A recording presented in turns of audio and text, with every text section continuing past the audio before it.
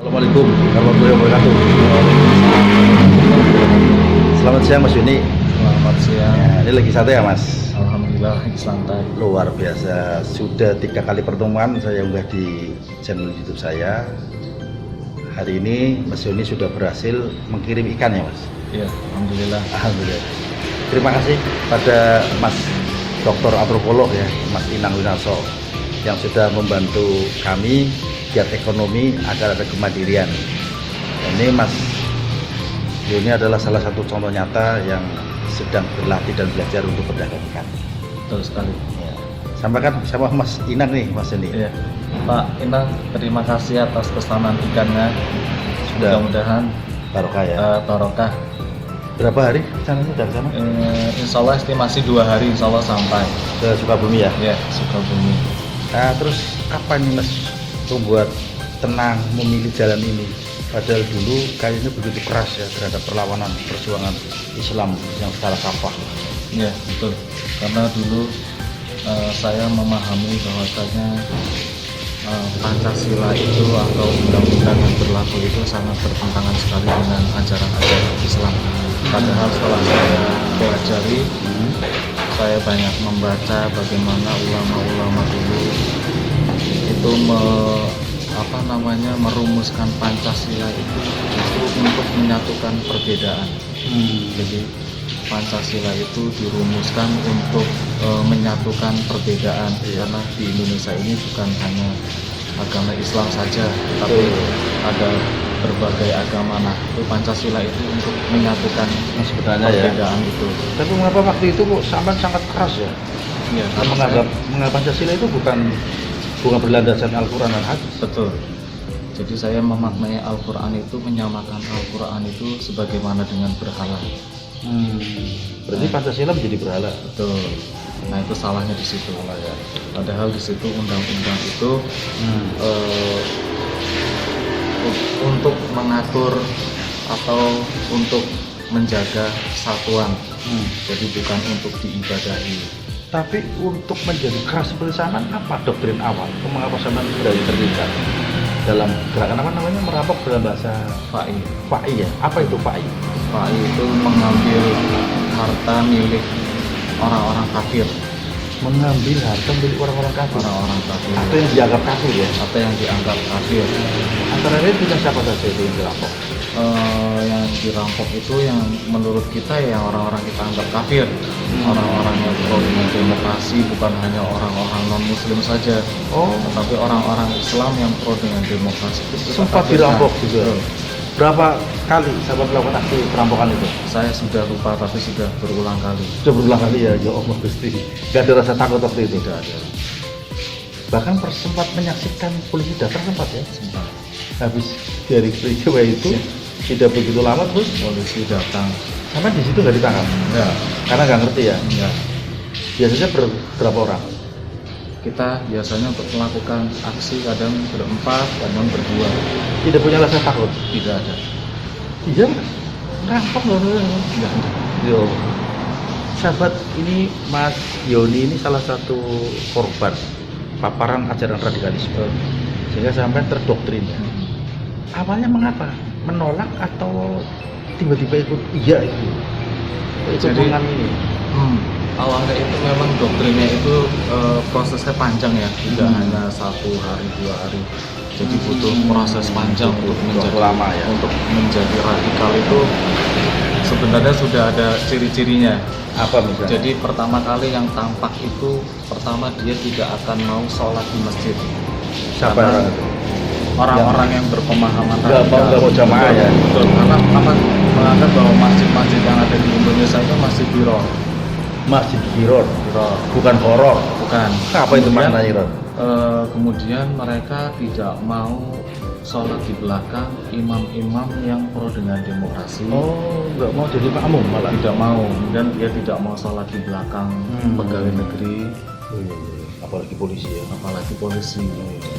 Karena polisi itu menurut orang-orang yang berpemahaman sama radikal itu ansor togut, itu wajib diperangi. Wajib diperangi. Nah waktu itu ustadznya yang nyuruh untuk merampok nggak ikut merampok? Tidak. Kok sama nggak protes Pak, sama aja Pak, saya ikutin dia. Enggak ya? Enggak. Karena mungkin beliau sudah tua. Oh, yang nyuruh malah orang yang lebih tua ya. Artinya semangatnya ada di dalam pada anak-anak itu. Perencanaannya berapa malam untuk melakukan perampokan itu awal? Jadi untuk melakukan aksi ini kita kalau untuk ikhwan-ikhwan yang sudah terdoktrin itu tidak butuh waktu lama. Jadi begitu ada niat, Ya. kita langsung berangkat. Kan ada desain, ada gambar, yang gambar peta enggak? Tidak ada. Oh, enggak, Jadi enggak dikonsep. spontanitas saja. Kadang-kadang kita sementara kita sedang jalan-jalan, ada kesempatan langsung kita masuk ke rampok. Jadi tidak ada butuh perencanaan yang lama, tidak. Nah, kok sampai tertangkap oleh Densus 88? Awalnya gimana? Jadi awalnya waktu itu kerusuhan Mako. Dia waktu Mako diserang? Waktu Mako Apa kerusuhan. antar napi? Iya, waktu kerusuhan Mako itu yang Brimob sama napi-napinya rusuh. Nah itu teman saya ada yang tertangkap di depan gerbang. Nah kemudian diinterogasi akhirnya sampai merembet pada kasus-kasus yang sudah lama sebelumnya. Sebenarnya nggak tertangkap juga ya? Iya, Nah kebetulan yang tertangkap itu salah satu teman yang ikut perampok. iya, betul. Loh, kok ngapain datang ke Mako ya? Nah waktu itu kan tujuannya ingin membantu ikhwan yang di dalam yang sedang berperang dengan Brimob. Oh, karena waktu di Mako Brimob ya? Iya, Terus orang-orang yang radikal ini ikut bantu rencananya, bantu. tapi tertahan di depan. tertangkap ya. Ada yang luka. Ada. Nah dari situ akhirnya sampai dicokok di daerah mana? Saya diambil di dekat rumah saya. Ketika saya mau berangkat kerja, saya ditangkap. Jadi 2 tahun setelah aksi PAI itu Peristiwa. justru. Jadi ajaran FAI menurut versi jenengan memang dibenarkan ya? Jadi sebenarnya PAI itu kan arti dari PAI itu mengambil harta milik orang kafir yang tanpa peperangan. Kemudian untuk di Indonesia sendiri sebenarnya tidak cocok untuk disebut dengan PAI Karena tidak ada peperangan. karena tidak ada peperangan. Karena di Indonesia ini walaupun orang-orang kafir yang ada di desa, orang-orang non muslim yang ada di Indonesia ini kan mereka semua ikut berpartisipasi membayar pajak pada pemerintah. Mereka dilindungi oleh negara yang sah. Jadi mereka itu sebenarnya tidak boleh dirampok. Tapi karena waktu itu menganggap sampean bahwa pemerintah adalah tohut, Iya. sehingga ada ide untuk orang lah dirampok kayak gitu. Nah itu setelah ditangkap, kemudian sampai proses penyadarannya kan lama, Lama. butuh waktu lama mungkin kan Butuh waktu lama. Terus mau kembali ke NKRI, Iya betul. ada yang nyumpah apa bayar kembali apa enggak? Tidak. Tidak ada, dengan kesadaran sendiri. Dengan kesadaran sendiri saya akhirnya paham bahwa selama ini pemahaman saya salah, terutama dalam hal takfiri. Takfiri. Takfiri. Apa itu maksud dari takfiri? Takfiri itu memvonis kafir orang-orang yang tidak sependapat dengan kita. Jadi kelompok lain Kelompok lain itu menurut Dianggap kita kafir. dianggap kafir. di luar komunitasnya kafir. Di luar komunitas kita anggap kafir. Padahal vonis kafir itu mutlak hanya milik Allah. Iya. Nah setelah sadar sampai pulang, dan sekarang mencoba untuk berdagang ya. Betul. Apa yang akan Anda lakukan? Karena zaman kan tidak pernah kerja matok, artinya continue. Apa kira-kira yang akan kedepannya? Ya rencananya saya akan berusaha sebisa mungkin, semaksimal mungkin untuk berusaha membahagiakan keluarga saya. Saya akan mencari nafkah dengan cara yang halal, dengan cara yang tidak melanggar hukum. Gitu ya. Anak dan tidak enak pasti tidak enaknya lebih banyak kita anak. Betul. Jadi kan ada suka duka. Sekarang sampean nggak punya sukanya, adanya dukung dulu. Salah satu duka yang paling terasa tidak bisa terlupakan apa? Duka yang paling amat sampean ketika sampean di dalam penjara. Duka. Sebenarnya orang di dalam penjara itu terutama apalagi kalau di Nusa Kambangan itu ya, itu hampir tidak ada sukanya Pak. Jadi Tidak. semuanya duka. Duka melulu ya. Dari Duka. pertama masuk sampai Dari keluar. pertama masuk sampai keluar. Duka terus ya. Duka terus. Karena memang di sana kita tidak bisa berkomunikasi dengan keluarga pertama. Kemudian tidak ada besukan. Nggak boleh dibesuk memang Nggak ya. boleh dibesuk apalagi Covid ini kan. Iya, Jadi tidak boleh dibesuk. Oh iya, ada yang dibebaskan selama Covid. Kan dikurangi hukuman, enggak ada. Ada cuman ya bukan napiter. Oh, bukan Khusus napiter. untuk napi-napi umum saja. Oh iya. Kalau untuk napiter tidak ada. Jadi selama masuk sampai pulang duka terus. Iya. Apa diantaranya dukanya yang paling Duka sampai yang- sekarang yang dirasakan? Yang tidak bisa saya lupakan itu ketika tidak bisa menahan rasa lapar yang teramat sangat. Oh pernah ya? Pernah, karena Lapar ya? lapar sekali karena di sana yang pertama porsi makanannya sedikit 3 kali. 3 kali. Jadi kita setelah makan pun masih lapar, Pasti lapar karena memang porsinya kurang. porsinya kurang. Sampai kemudian di sana ada yang 1 bulan turun 20 kilo Ada ya? ada.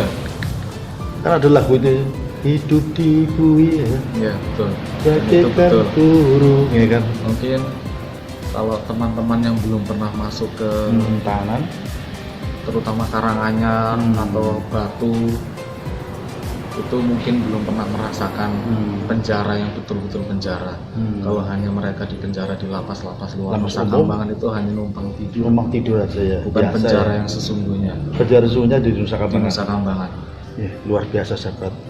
Sebuah kepedihan yang harus kita rasakan. Meskipun saya tidak merasakan secara fisik, tapi berdasarkan penuturan Mas Yodi, saya pun merasakan kepedihan. Hanya beda paham, beda ngaji, beda guru, beda sanad, sehingga pemahaman dan pemikirannya ikut berbeda juga. Salah dan menjadi sisilah yang keliru. Kelirulah dalam memilih ustadz, maka akan keliru dalam pengajaran, termasuk perbuatan amal ibadah. Nah, sekarang Mas Yodi sudah kembali ke NKRI. Mudah-mudahan sahabat-sahabat semua, pemirsa yang ada di rumah bisa membantu, minimal ikut membantu membeli produknya. Apa sekarang jualan produknya? Sementara sekarang saya jualan ikan Online ya. online. Ikan asin peda. Ikan Soalnya peda. rasanya sangat luar biasa. Bisa telepon, disebutkan nomor teleponnya Mas Yodi. Barangkali teman-teman ada yang butuh ikan, silahkan pesan di nomor WA saya 0857 0857 1278 1278 8171 8171. Ulangi Mas Yodi, pelan-pelan. 0857 0857 1278 1278 8171. 871. Oke, sahabat pemirsa, silakan, ini mantan narapidana teroris yang sekarang sudah kembali ke NKRI dan lagi belajar berikhtiar dengan cara mandiri sesuai dengan ajaran syariah. Yang berminat silakan hubungi nomor telepon tadi. Sekian, salam untuk Indonesia Tangguh. Assalamualaikum warahmatullahi wabarakatuh.